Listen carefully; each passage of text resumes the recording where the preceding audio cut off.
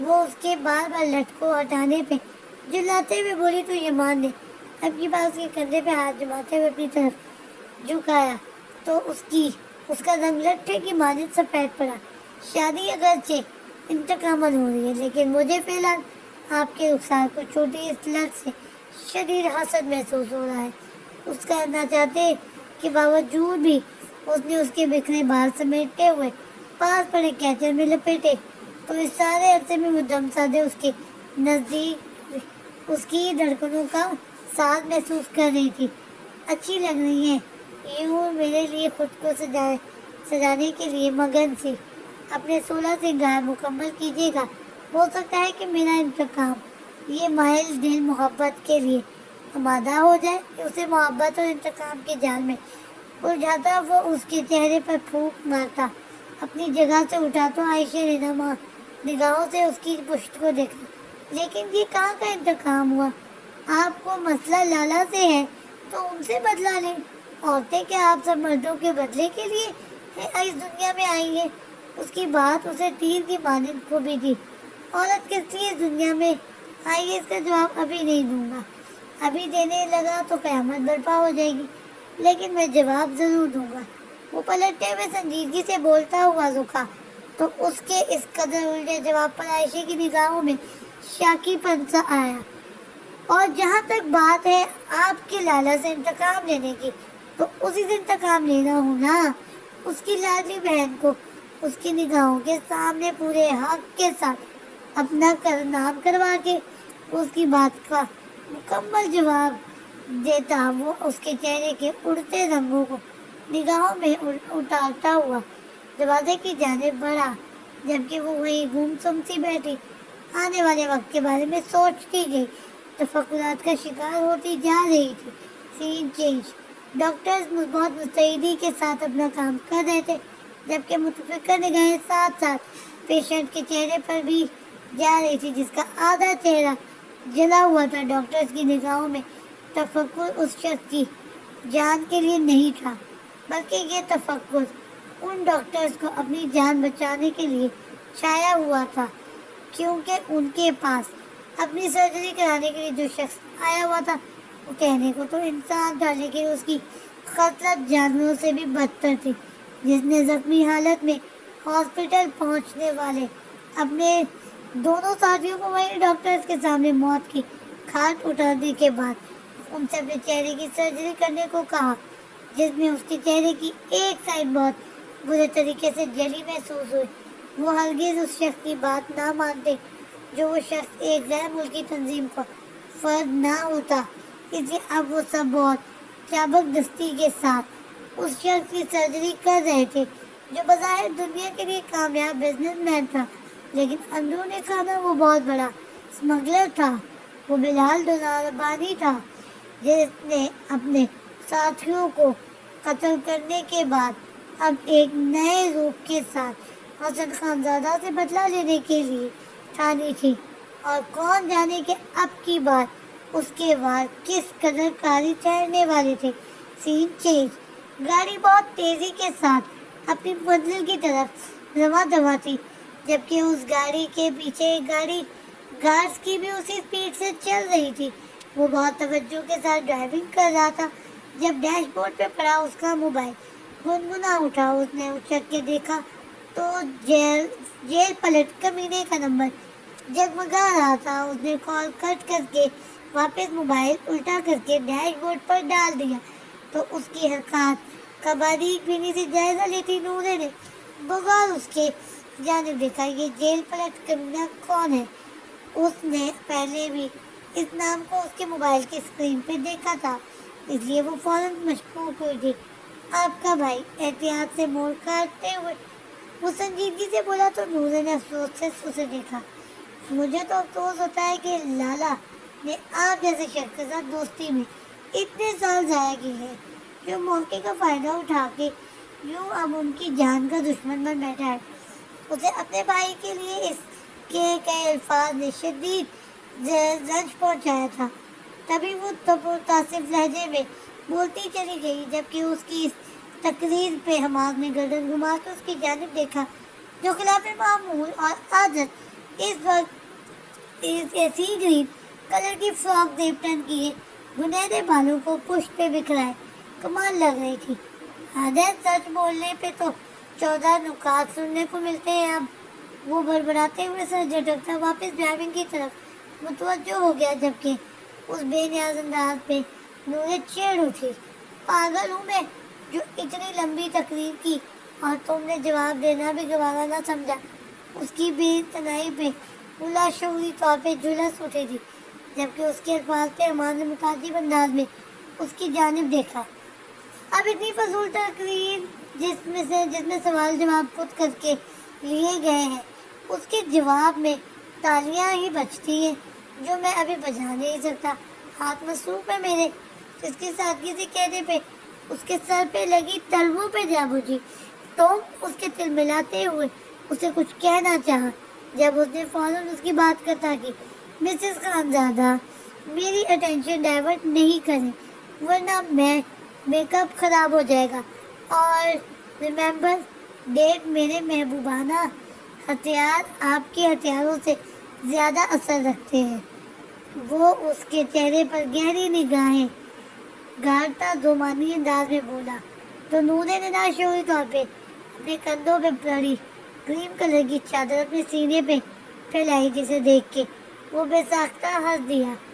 جبکہ اپنی بے ساختہ حرکت پہ اس کی ہنسی دیکھ کے وہ سلگ سی اٹھی، لیکن اس کے منہ نہ لگنے کا سوچ کے وہ خود پہ قابو پاتی پوری طرح اپنا رخ کھڑکی کی جانب موڑ گئی تھی، جبکہ وہ اب بہت فریش موڈ کے ساتھ ہلکا ہلکا گنگناتا ڈرائیونگ کر رہا تھا، کیونکہ جو آگ گھر سے نکلنے سے قبل نورے نے اس کے سینے میں لگائی تھی وہ اسے اپنے انداز میں کم کر چکا تھا. سین چینج. جس وقت وہ دونوں حویلی داخل ہوئے، حویلی میں مہندی کے فنکشن کی تیاریاں عروج پہ تھی. کیونکہ گھر کی بات تھی اس لیے دونوں کا ہی فنکشن لال حویلی کیا گیا تھا، لیکن علیحدہ علیحدہ. یمان کو پردھان خانے میں سجے پنڈال میں بٹھایا گیا تھا تو سجی سوری عائشہ کو سنان خانے میں بٹھایا گیا تھا، جہاں ایمان کی غیر موجودگی کے باوجود وہ بہت گھبرائی ہوئی لگ رہی تھی. عائشہ کی ایسی حالت دیکھ کے خیال آ رہا تھا کہ ایسی چھوئی موئی سی نازک مورت کے لیے ایمان جیسا مونسٹر تو اچھا آپشن نہیں ہے.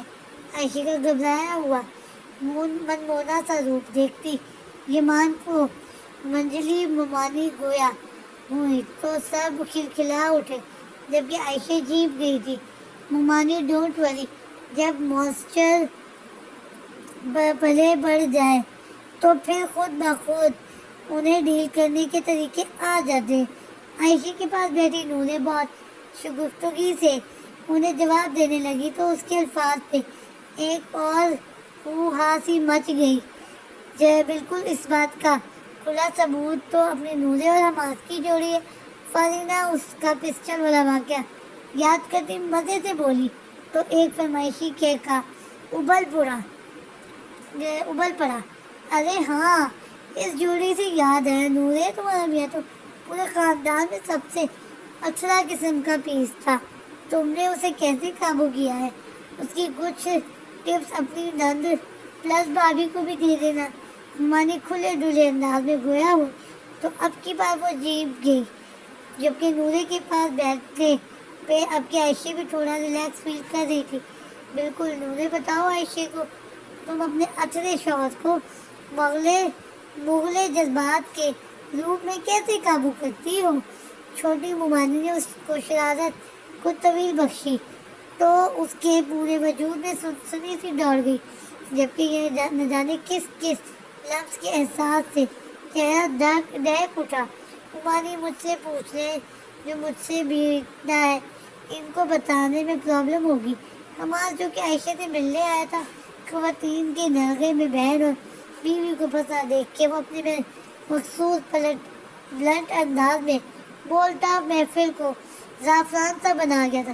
چلو پھر تم ہی بتا دو، منجلی ممانی نے شوق لہجے میں کہا تو نورے گڑبڑا گئی کہ اس سے کچھ بعید نہ تھا کہ کیسی یک چھوڑ تھا، اس لیے اسے فوراً ٹوک گئی. یہاں مردوں کا داخلہ ممنوع ہے، اس لیے آپ عائشہ کو مل کے یہاں سے جائیں. جو کچھ پوچھنا ہے بتانا ہے وہ میں خود بتا لوں گی. یہاں چونکہ صرف خاندان کے لوگ نہیں بلکہ اور بھی خواتین موجود تھے اور وہ حماس کو تو طلاق کر کے انہیں خود پہ باتیں کرنے کا موقع نہیں دینا چاہتی تھی. تبھی وہ بمشکل خود پہ قابو پاتی نارمل لہجے میں گویا ہوئی تو اس کے اندازے تخاطب پہ حیران حماس عائشہ کو گلے لگانے کے لیے جھکا. مجھے واقعی چلے جانا چاہیے ورنہ آپ کے انداز و اطوار مجھے یہی بہکنے پہ مجبور کر دیں گے.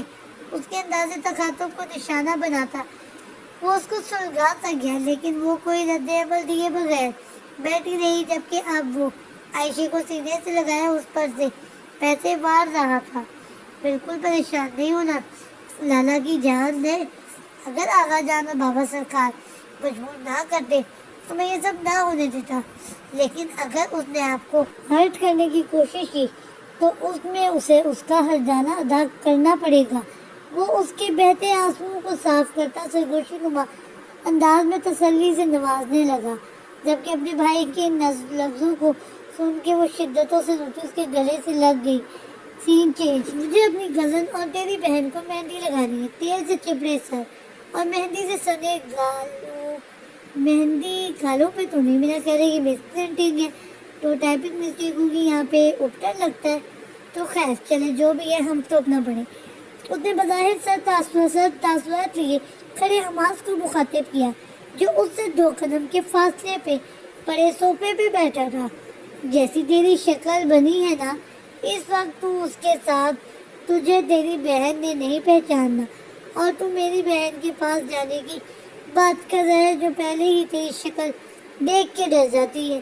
حماس نے بغیر لگی لپٹی کے اسے ڈوٹو جواب دیتے ہوئے موبائل جیب سے نکالا تو اسٹیج پہ بیٹھے ایمان نے ایک ٹائرانہ نگاہ ادھر ارد گرد ڈالی کہ کوئی ان کی طرف متوجہ تو نہیں تھا. یار حماس ویسے ہم ساری سچائی اپنے گھر والوں کو بھی تو بتا کے یہ سب کر سکتے تھے نا.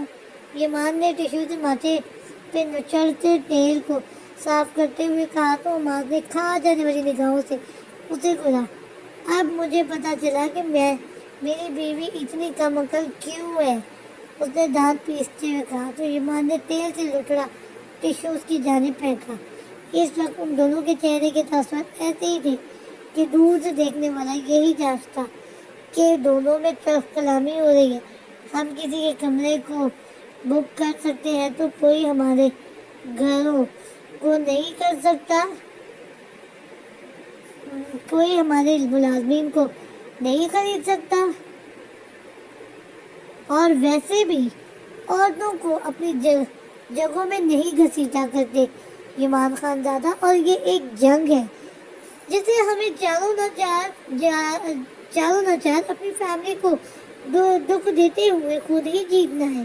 وہ اب کے سنجیدگی سے گویا ہوا تو وہ گہری سانس بھر کے رہ گیا لیکن پھر موضوع بدلتا ہوا بولا یار مجھے عائشہ سے ملنا ہے. اس نے دہائی دی جو فوراً انسنی کر دی گئی. کل بارات لے کے آنا اور پورے حق سے مل لینا. سنجیدگی سے جواب دیتا وہ اپنی جگہ سے اٹھا تو ایمان نے لمبی سی سانس سے جنم سے خارج کی. تم ٹھیک کہتے ہو مجھے ان سے کل ہی ملنا چاہیے مکمل شرعی اور قانونی حقوق کے ساتھ. وہ خود کلامی کے انداز میں کہتا خود سے دور جاتے حماس کی پشت کو دیکھنے لگا. اگر ابھی آپ سے ملا تو مجھے یقین ہے کہ آپ کے خوبصورت روپ کو دیکھ کے میں خود پہ قابو نہیں رکھ پاؤں گا. اس لیے کل تک کا انتظار کریں. وہ ٹیشو سے رخسار صاف کرتا اب اس کے ہجوم کی طرف متوجہ ہوا تھا جو ایک بار پھر اسٹیج کی طرف آ دھمکا تھا جس نے کچھ دیر پہلے اس کا چوکنا چوکٹا یعنی فیس خراب کیا تھا. سین چینج.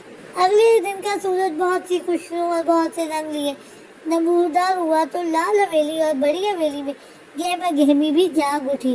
ہر کوئی ادھر سے ادھر بھاگتا اپنی تیاری میں مصروف تھا کیونکہ سب کو ہی آغا جان کی طرف سے سخت الٹیمیٹم دیا گیا تھا کہ سب وقت پہ تیار ہوں. اس لیے سب مصروف دکھائی دے رہے تھے. اپنے کمرے میں اپنی تیاری میں مصروف حسن خان زادہ کا پرسنل موبائل گنگنایا تو انہوں نے فوراً اسے آن کرتے ہوئے اسپیکر پہ ڈالا اور وائس نوٹ سننے لگے. سر حویلی کے افراد کے موبائل ہیک کرنے کی کوشش کی جا رہی ہے. ان کے ہی ایک آدمی نے مستعد اور متفکر آواز گونجی تو ایک سرد سے مسکان ان کے گرے مونچھوں تلے چھپے ہونٹوں پہ پھیل گئی. تو بالآخر بلال زبانی اپنی دل سے باہر آ ہی گیا ہے. خود کلامی کے انداز میں کہتے ہوئے انہوں نے سکون سے پرفیوم اٹھا کر خود پہ انڈیلا. جاری ہے.